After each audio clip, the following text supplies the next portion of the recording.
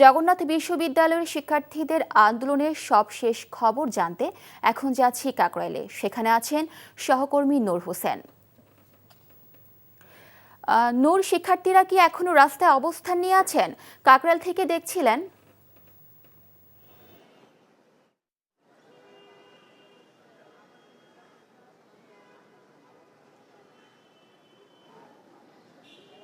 হ্যাঁ, কাকরাইলের যে জায়গাটিতে গতকালকে পুলিশের সঙ্গে শিক্ষার্থীদের ধাওয়া পাল্টা ধাওয়া এবং হামলার ঘটনা ঘটে, সে জায়গাটিতে শিক্ষার্থীরা এখনও অবস্থান করছে। জগন্নাথ বিশ্ববিদ্যালয়ের শিক্ষার্থীদের দাবি হচ্ছে তাদের ক্যাম্পাসে যেহেতু আবাসন ব্যবস্থা নেই, অধিকাংশ শিক্ষার্থীরই কোনো আবাসন ব্যবস্থা নেই, সেজন্য আবাসন 70% আবাসন ভাতা নিশ্চিত, শিক্ষার্থীদেরকে 70% আবাসন ভাতা নিশ্চিত করা এবং জগন্নাথ বিশ্ববিদ্যালয়ের যে উন্নয়ন প্রকল্প, হল নির্মাণ থেকে শুরু করে অন্যান্য যে কাজগুলো রয়েছে, সেই কাজগুলো, সেই প্রকল্পগুলো অগ্রাধিকার ভিত্তিতে, অর্থাৎ সরকারের অন্যান্য আরও যে সমস্ত উন্নয়ন প্রকল্প রয়েছে সারা দেশে, সেই প্রকল্পগুলোর মধ্য থেকে জগন্নাথ বিশ্ববিদ্যালয়কে সর্বোচ্চ অগ্রাধিকার দিয়ে তাদের প্রকল্পগুলো দ্রুততম সময়ের মধ্যে বাস্তবায়ন করা সহ 3 দফা দাবিতে তাদের যে আন্দোলন, সেই আন্দোলনটি দীর্ঘদিন ধরে চলছে। এবং গতকালকে আমরা এই জায়গাটিতে তারা যমুনার উদ্দেশ্যে লং মার্চ ঘোষণা করে এবং যমুনার যেই প্রধান উপদেষ্টার বাসভবন, সেই প্রধান উপদেষ্টার বাসভবনের সামনে যাওয়ার চেষ্টা করলে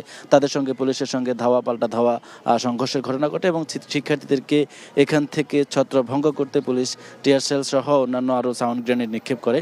কিন্তু শিক্ষার্থীরা তাদের যেই অবস্থান, আন্দোলন, সেটি চালিয়ে যাচ্ছেন। তারা বলছেন যতক্ষণ পর্যন্ত না তাদের যে দাবি, সেই দাবিগুলো মেনে না নেওয়া হবে ততক্ষণ পর্যন্ত তারা আন্দোলন চালিয়ে যাবেন। কারণ এর আগেও তাদেরকে বেশ কয়েক দফায় আশ্বস্ত করা হয়েছে, তারা বেশ কয়েক দফায় আন্দোলন করেছেন। তখন শিক্ষার্থী উপদেষ্টা, যখন বর্তমান জাতীয় নাগরিক পার্টির আহ্বায়ক নাহিদ ইসলাম ছিলেন, তিনি তাদেরকে আশ্বস্ত করেছেন যে দ্রুততম সময়ের মধ্যে জগন্নাথ বিশ্ববিদ্যালয়ের যেসব সমস্যা রয়েছে, শিক্ষার্থীদের যেসব দাবি রয়েছে, সেসব দাবি মেনে নেওয়া হবে। কিন্তু সে আশ্বাসের পরও তাদের দাবি আসলে সেভাবে কার্যকর হয়নি, মানা হয়নি। সেই কারণে তারা আবার নতুন করে আন্দোলনে নেমেছেন এবং এবার তারা বলছেন যতক্ষণ পর্যন্ত তাদের যে এই দাবিগুলো রয়েছে সেগুলো মেনে না নেওয়া হচ্ছে ততক্ষণ পর্যন্ত তারা যমুনার সামনে, অর্থাৎ কাকরাইলের যে জায়গাটিতে এখন তারা অবস্থান করছেন, সেখান থেকে তারা সরে যাবেন না। এবং তারা আরেকটি দাবি, গতকাল রাত্রে আমরা যখন এখানে ছিলাম তখন জানিয়েছিলেন প্রধান উপদেষ্টা ডক্টর মোহাম্মদ ইউনূসের সঙ্গে তারা বৈঠক করবেন এবং ইউনূসের থেকে সরাসরি আশ্বাস এবং সুস্পষ্ট ঘোষণার পরেই তারা তাদের যে কর্মসূচি, সেই কর্মসূচি